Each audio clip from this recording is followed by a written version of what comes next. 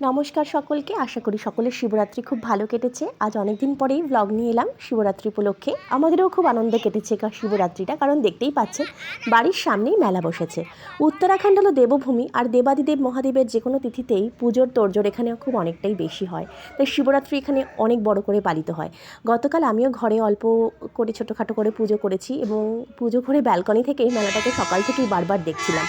আর সকাল থেকে কত লোকজনের সমাহার, আর দুপুর বাড়তেই মেলা একদম ভরে গিয়েছিল, একদম ঠিক ঠিক করছিল।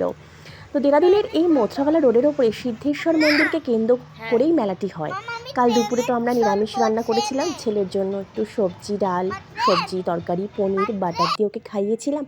আর আমাদের দুপুরবেলায় ছিল পোলাও, পনির আর চাটনি। সারা দুপুর ঘর থেকেই মেলাটিকে দেখছিলাম। তবে পুরঞ্জয় একটু শুয়েছিল, তাই ওকে নিয়ে বিকেল 5:30টায় আমরা মেলায় বেরিয়ে পড়েছিলাম।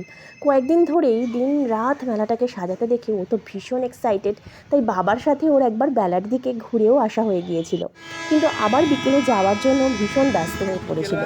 তখন আমরা বিকেলবেলা যখন বেরিয়েছিলাম তখন আমরা বাড়ির সামনে মেলাটিতে যাইনি। এই বছর মেলাটা ভীষণ বড় করেই হচ্ছে। গত 2-3 বছর ধরে এই সিদ্ধেশ্বর মন্দিরের আশেপাশেই ছোটোখাটো কয়েকটা দোকান বসতো, এবং খুব যানজট হওয়ার কারণেই এই বছর দেখলাম যে মেলাটাকে ওরা বিভিন্ন জায়গায় স্প্রেড করেছে। তাই প্রথমে আমরা মন্দিরের দিকে চলে গিয়েছিলাম, এবং মন্দিরের দিকে যেতে যেতেই কত দোকান বসেছে। এখানে মেন আকর্ষণ হচ্ছে ভাঙের পকোড়া, ভাঙের শরবত এই দিনে বিক্রি হয়, এবং লোকজন এসে এখানে খেয়ে আনন্দ করে, মজা করে, এবং এটাই এখানের এই শিবরাত্রির বিশেষ আকর্ষণ। তো আমরা প্রথমে মন্দিরের দিকে চলে গিয়েছিলাম, কিন্তু মন্দিরের রাস্তাটাতেও অল্প স্বল্প দোকান বসেছিল আর মন্দিরটাকে দর্শন করব বলে, কিন্তু মন্দিরের যেতে গিয়ে এতটাই ভিড় ছিল, এতটাই লোকজনের ভিড় ছিল যে আমরা মন্দিরের ভেতর দিকে খুব যেতে পারিনি। তবে মন্দিরটাকে বাইরে থেকেই দর্শন করে আমরা চলে এসেছিলাম, এবং আস্তে আস্তে নানান রকম দোকানগুলো দেখছিলাম, কিন্তু আমরা এই দোকান থেকে কিছু কিনিনি, কারণ আমরা বাড়ির সামনে এত সুন্দর মেলা বসেছে ওটাতেই যাব বলে আমরা ঠিক করেছিলাম। তাই এই দিকের সমস্ত মেলাগুলো দেখার পরে আমরা ফাইনালি বাড়ির সামনে যে গ্রাউন্ডের ওপরে মেলাটা হচ্ছে সেখানেই গিয়েছিলাম। আর পুরঞ্জয়ের মেলা হলে অন্য কিছুও চায় না, ওর শুধু একটাই চাওয়া যে রাইডগুলো চড়বে। তাই ওই রাইডগুলো চড়ার জন্যই সকাল থেকে আমাদেরকে ব্যস্ত করেছে। তা আমরা রাস্তা দিয়ে যেতে যেতে একটু ফুচকাও খেয়েছিলাম। ফাইনালি আমরা এই মেলাটায়, বাড়ির সামনের এই মেলাটায় এসেছি।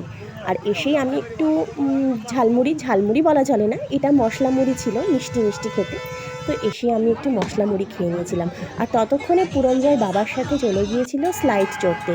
এই মিকি মাউস, এই এয়ার বেলুন স্লাইডটা ওর খুব পছন্দ, তাই এখানেই ও চড়ছিল।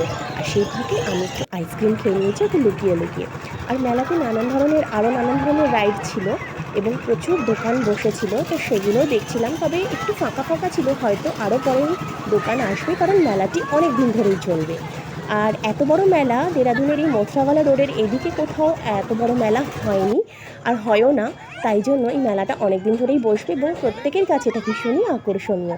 তারপরে ও একটু জাম্পিং খেলছিল, আর আমরা একটু পকোড়া খেয়ে নিয়েছিলাম, ভেজ পকোড়া।